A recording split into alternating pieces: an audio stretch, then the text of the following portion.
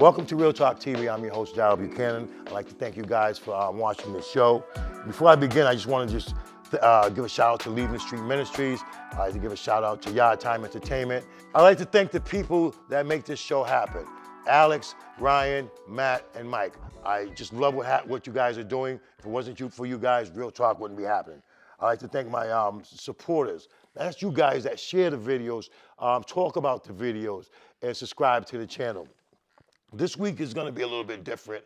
I wanted to do some updates on some of the work that's been happening, update on some of the guests. And that's what I wanted to do this week. There's an issue in Lowell about the homeless that I wanted to talk about.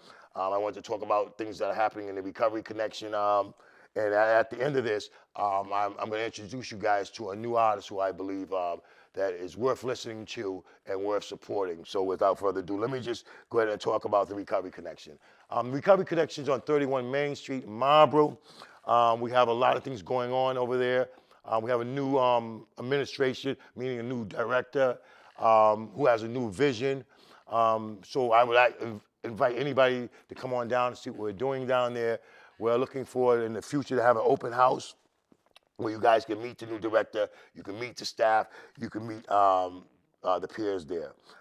We had a coat drive, and I'd like to give thanks to everybody who donated to the coat drive. It was amazing. We've got like 250 coats. We did pass those coats out. So I'd like to thank Kathy Leonard from the Marlboro Alliance Prevention, who thought of the idea and allowed us to get on board with the idea. And the ARC, which is the Addiction Resource Center, I thank you guys for helping to make this happen, and also the Marlboro Board of Health for just coming on, and together we were able to make all that happen.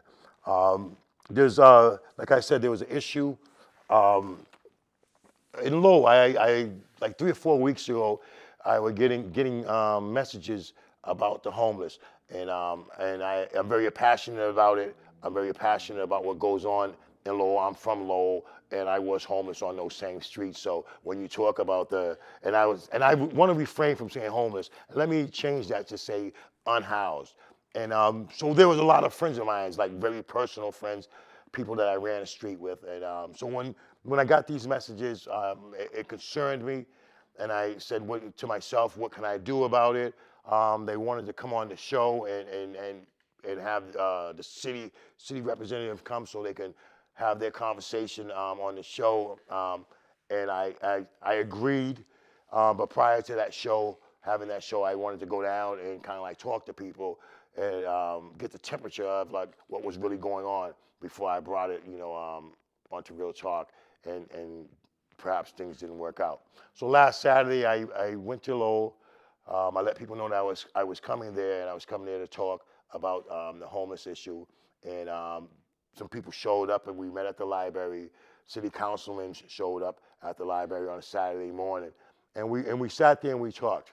One side was talking about how they felt that they dehumanized the unhoused when they went into their encampments and just threw away all their property, and they just felt that they was very disrespectful. They feel that the city's not doing enough to house the unhoused, or to, and they felt that there was a lot of lack of respect with it. One of the big things that they talked about was that that the city of Lowell always talks about they do stuff, that they're doing things, but really have no proof that these things are occurring. They feel that they're left out. So I sat down, and we were able to bring those concerns to the city councilor, Corey Robinson, who I really appreciate for showing up that day. We both didn't know, no one knew what was going to happen down there, but I just appreciate you showing up. And I'm going to read some stuff and tell you what he's sent me, some things that we talked about in that meeting that Lowell has been doing. So one thing that he talked about, he said these are the steps that the city of Lowell has taken. One thing they said that they had hired a brand new director of homeless initiatives. They said they currently updating the encampment cleanup protocol, and they're utilizing feedback from the community and best practice utilized by our communities. And let's stop there. So when we did bring that issue up about how they went in and just took people's property you know, was a response that I'm not saying they're agreeing that it was wrong, and I'm not saying it was right. All I'm saying is that they said they put a new protocol in that when they're dealing with people and they're going in to remove people from these encampments. So that was a big move in my eyes, and I appreciated that happening. He also said that they've worked with SMARC, and they have opened a 30-bed facility on Westwood Street. Now, there was a point that happened at when we were down there. There was complaints that there was not enough beds and shelters for to house the unhoused. And there was one organization that continued to stress to me that they had 30 beds available that the city was not using. And so when I went down there, there was a member from the Lowell shelter down there who clearly stated that since October of 2022, that the shelter there has never been at capacity. So since they had their winter protocol, they have never been at capacity, which means to me that there was never overcrowded or there was never enough beds. There was more than enough beds. In fact, they said the beds were never were completely filled from October until at least last week when I spoke to them. They also said they're looking to open up additional facilities with more beds in Belvedere. So that they're trying to address it. They're trying to address it, like he said, by opening up more facilities. Work with LTC to improve conditions for residents of shelter, such as laundry services. And I wanted to speak on that also. We were talking about how to respect and to service the unhoused with dignity and respect. And I'm big on that, right? I think a lot of times when I was out there running the streets and I was unhoused and homeless, that one thing that I did run into a lot was a lot of disrespect. And it seemed like at every turn, my dignity was being taken away from me. And I'm just talking about as a human being, like from one fellow human being to another, no matter how high or how low you are. I think a real human being would just treat a person like they want to be treated. And it doesn't matter the situation. And to be honest with you, that wasn't the case for me. There was a lot of times that, I ran into bad situations and people being totally disrespectful of me. So I understand that, and I appreciate you guys doing that. He also said that they're working with LTLC to implement robust bed bug and lice, etc. protocol while providing employment and training opportunities to the residents in the shelters. So they're trying to address it. The whole thing for them is transitional. People are not, they're trying not to make this shelter just a place that you go, and when you leave there, you have nothing to transition with. You're just still relying on them. They're trying to make you self-sufficient, and I understand that too. We had an issue down there when we were having a discussion Saturday, and it was an issue that came up that, why are people, if you guys were doing all that, if the city was doing all that, why were there still people in the streets? Right? Why were there still people in the streets? And I think a person that doesn't know anything about addiction, doesn't know anything about mental health would say that. A lot of times when I was offered shelter, I didn't want to go to the shelter. Right? Because I had to be in there at 8 o'clock. I couldn't use my drugs after 8 o'clock. I didn't want to be under, me, I had authority issues, so I didn't want to go in there and be under their authority. So I think a lot of times when we see people that are out there, I'm not saying it's always the case, but I think a lot of times when people are using, the drugs dictate the fact that, at 8 o'clock, nobody wants to go in at 8 o'clock. That I believe that is addicted to drugs because we use 24 hours a day, and unless we can use in a shelter, that's the only time we would go. So I think that when we do see a lot of people still out there, I think a lot of that, or at least a little of that, has to do with people making their own decisions not to go in and get shelter, regardless of how cold it is, regardless of how much snow it is, because when I was out there I used whether it was 10 feet of snow, 2 feet of snow, I'd rather it was 10 below, it didn't matter. The drugs dictated. So I think they're trying to address that. They're also trying to put together a summit with the state, federal, and local community stakeholders to focus on implementing the 2019 Homeless Action Plan. You guys, I really don't know too much about that action plan. I do have it in my email, haven't really looked at it a lot, But obviously, they're still trying to address the issue. They also said they're continuing discussions with the community partners to be able to provide an array of boutique-style 30-bed shelters with specialized wraparound services to address the many needs of the unhoused community. And when I was speaking to the city councilman, he said that, and you know, I kind of believed it because someone mentioned that, well, why don't they give us the old courthouse or some of these old buildings? And he talked to us and told us that's really not that simple. Say like the city did, say, okay, we're going to give you the courthouse, and we'll sign the courthouse over to you for $1. But who's going to be responsible to provide the services? And that's what he was saying. That it wasn't a fact about the building. It's a fact that an organization come in and supply the 24-hour service, the wraparound service. We're talking about mental health, caseworker therapy. And he was saying those are the issues. And if you do have something of that large, you're gonna need a real team to come in and do that. And even if they did it, I'm sure that would take time. So I don't think it's a case of the city not trying to provide buildings. I think just it's a case that we need partners, or they need to reach out and get partners so they can provide those wraparound services, and then these things would happen. He also said he's working to establish a exonerate protocol regarding triaging unhoused population, seeking alternatives to encampments, and opening access hotel rooms during winter protocol. So he's saying they are trying to address it. I remember when I was working for an organization down there, I was working and doing outreach with the homeless, and one of my jobs consists of working in the hotel with the people that were unhoused.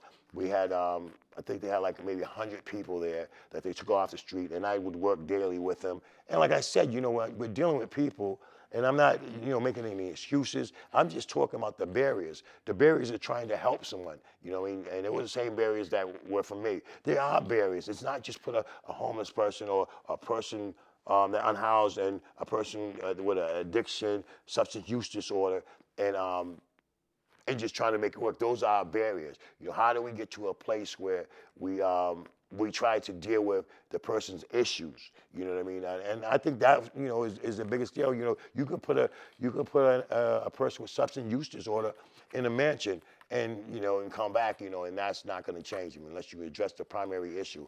And I think we need to find ways to do that. So the meeting went well, and then I get home and I thank the city council on the Facebook and let them know that I appreciated them coming. And then I get all these phone calls from people saying, Darryl, you know, I don't know why you're giving him some accolades. And I wasn't trying to give him some accolades. I just thought it was very respectful that on a Saturday morning, that when I asked for us all to come together so we can talk about this homeless issue, that man got out of bed away from his family and was able to sit down and talk to us. And if there was any issues of that people had, they should have been addressed at that table, I feel. And if there's people that the people I get phone calls from, and I'm not saying it, but you should have showed up, because that was a time when your voice really mattered. And I'm not saying it's less matter now, but that's when you was in his face. So the stuff that was happening now is what first initiated me to get involved with the homelessness, where people were saying this was happening, and I was getting stories saying that was happening, and the city council was telling me a different story. So we were all at the table, and so I feel that people that do go in and DM me and sending me these messages that the city is not doing anything, I think that, you know, you used to find an avenue to go down there and speak to them. I mean, I'm not saying that I'm out of the issue, but what I'm saying is that I went down and you know, to be honest with you, being a person that was unhoused, being an addict that ran that street, I kind of understand a lot about what's going on. And I'm not saying it's for everybody. I'm not saying that everybody is just not accepting the help. But I think that a lot of people out there, that because of their addiction, addiction is not allowing them to accept that help. But I do have some things that I thought about that might, that definitely should happen, regardless of what goes on. And I wrote them down. And I just feel that any effort that the city puts on, we should not further marginalize or stigmatize the unhoused. And what we need to do is, I think that when I was out there, you know, the police used to come around, and that was just another issue. So I think that we need to try to find a way to limit the use of law enforcement when we do go into these encampments, or when we do deal with the unhoused, and we should adopt alternative strategies, including interventionists, use those type of people or conflict resolution experts to promote compliance. So that means that when we go there, if we're sitting in an authority, and I'm not saying that the police are not sensitive to what's going on, but if you send people that are more, that understand the unhoused, understand about addiction, if you send those people, you'll be able to get more compliance. And I just think that what happened, and they, like I said, they didn't deny what happened. I wasn't there, but if we are going into these encampments, and if we are just tearing people's stuff up, and we have to remember these people have little to nothing to begin with, and so if we do tear those things up and we do disrespect them like that, then I think that's wrong. I think that's terribly wrong, because when they're out there and they're running around, they're beating themselves up. They really don't need anybody else to beat them up. The bottom line is that we seek not to marginalize or stigmatize people who experience homelessness, but our priority should be to always deal with people with dignity, respect, and not only use to seek compliance, but already to use compassion when we're dealing with them. And so that's my take on all that. That's how I feel about it. If there's any situations that occur that need for me to come back out there, and I'm not above protesting against whatever system. I'm not going to sit here and lie about it. I don't like to see people misuse, mistreat, and I think the people that are in positions, that we put in positions to serve us, that they should do that. And if they're not, then yes, we rise up and we do what we need to do to make sure that they look out for us. You know what I mean? But until then, right now, I don't feel the need to do any of that. I will think about, maybe in the future doing a show where we can have both sides on. I just didn't want to do it today. I just didn't feel it was too much hostility, and that's something I didn't want to deal with. And because it's not going to get us anywhere. I think we need to come to a place where we can still have all these conversations. And like I said, they're difficult conversations, but they need to be had. So when people calm down, reach out to me, get your story right. They'll get their story right, and we'll come together and we'll work things out. Thank you. And just before I do introduce you to this new upcoming artist, and I feel special because I get to introduce you to someone that you need to know, right? And you're gonna hear about him regardless, sooner or later, because his name's really gonna be up there. You're gonna hear his music, but I just feel special that I get to introduce him. But before I do that, I want to just give you, for those who are concerned about the Recovery Connection, just give you a little rundown of what goes on there, the days that it goes on there. And in case there's something that you want to get involved with, you can come down to Recovery Connection on 31 Main Street and see what's going on. On Mondays, they have at 3 o'clock, they have a men's support group. And I remember when we started the group, it's a safe place for men to come, talk about issues that you might not be able to talk about somewhere else, or talk about Tom Brady retirement. It doesn't matter. As long as men get together, we can just have that space, that time for us. And that's on Monday at 3 o'clock. On Tuesday at 11 o'clock in the morning, we have women's support group. The woman that does that is, she's the assistant director. Her name is Kim. She's been doing this group, and I'm sure she wants more women to come down. So if you need support, come on down and join that group. At 2 o'clock, there's a codependent group. It says Codependent No More. If you feel you have issues with codependency, come down and you can check out that group. On Wednesday, they have at 6 o'clock an AA 11-step meditation with a good friend of mine named Tim. He's very consistent in showing up to hosting that. If you want to check out some meditation, if you want to go deeper into your recovery, or just deeper into your life, man, and get in touch, come down and check that out. And right after that, they have an AA Big Book and step study with another friend of mine, Rob. He's very consistent. Him and his wife come down every Wednesday night. It's really a nice big meeting. They sit around and they do a study, and that's at 7 o'clock on Wednesday. On Thursday they have recovery and wellness with Casey. Casey's been trying to get this group together. She's, and it speaks for itself, recovery and wellness. So if you want to get involved in something like that, come down at Thursday at 1:30 p.m. And on Fridays at 1:30, there's arts and craft. It's really fun. I remember I went there and it felt like a kid doing it, but I felt good. I forgot what it is to do something so simple. I was able to paint some ornaments, and I think it was for Christmas.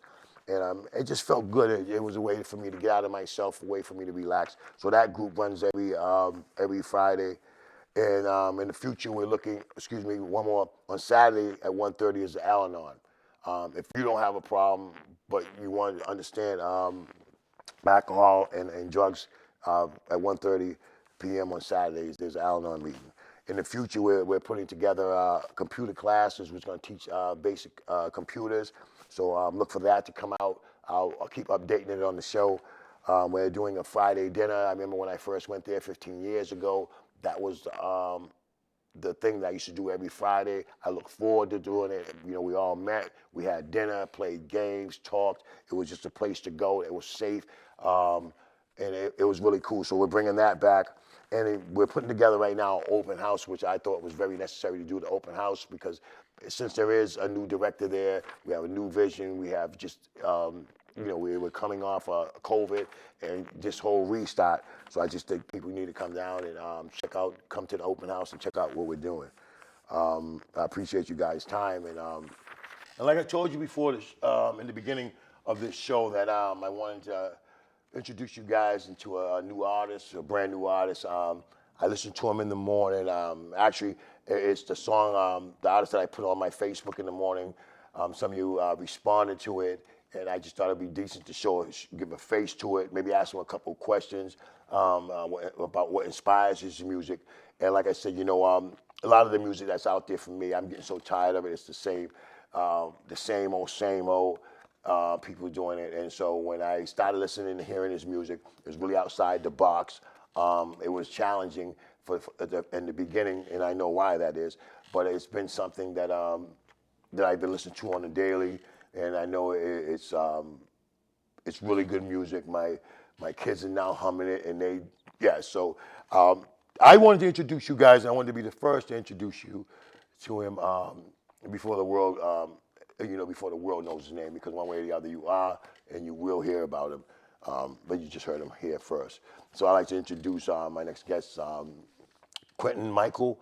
Brother, let me ask you a question. I like your music. I appreciate you sending me your music, allowing me inside your music. Inside your world. We've been talking about things, and I really believe in you. If I didn't, I'd tell you the truth. But let me ask him. Can you tell my viewers why? First of all, why music? What is it about music for you? It didn't start off as music. I began as a kid trying to dance. Not trying. I was going out. I was doing every talent show. I just needed a way to express myself. I noticed at a very young age that I kind of felt like the way I think about things is a little different than other people, and I've had a hard time trying to find an understanding with some people.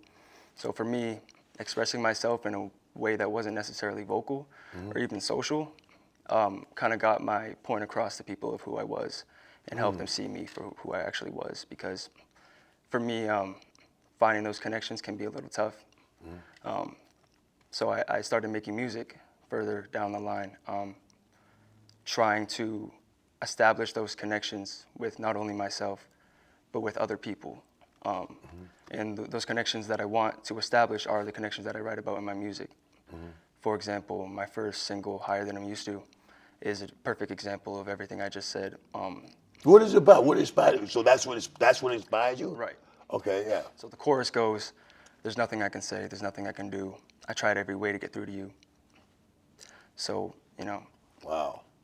Is that Basically, giving it's me? my I don't want. day-to-day. Is that you speaking to the world, or is that for a certain person, or just life That itself? is speaking to anybody I got you. that I have come in contact with in my life. It's just, I noticed when I was young, there were kids playing with toys, and I wanted to, plot, you know what I mean? So I wanted to like knit these little money bags and sell them instead, and nobody else was doing that.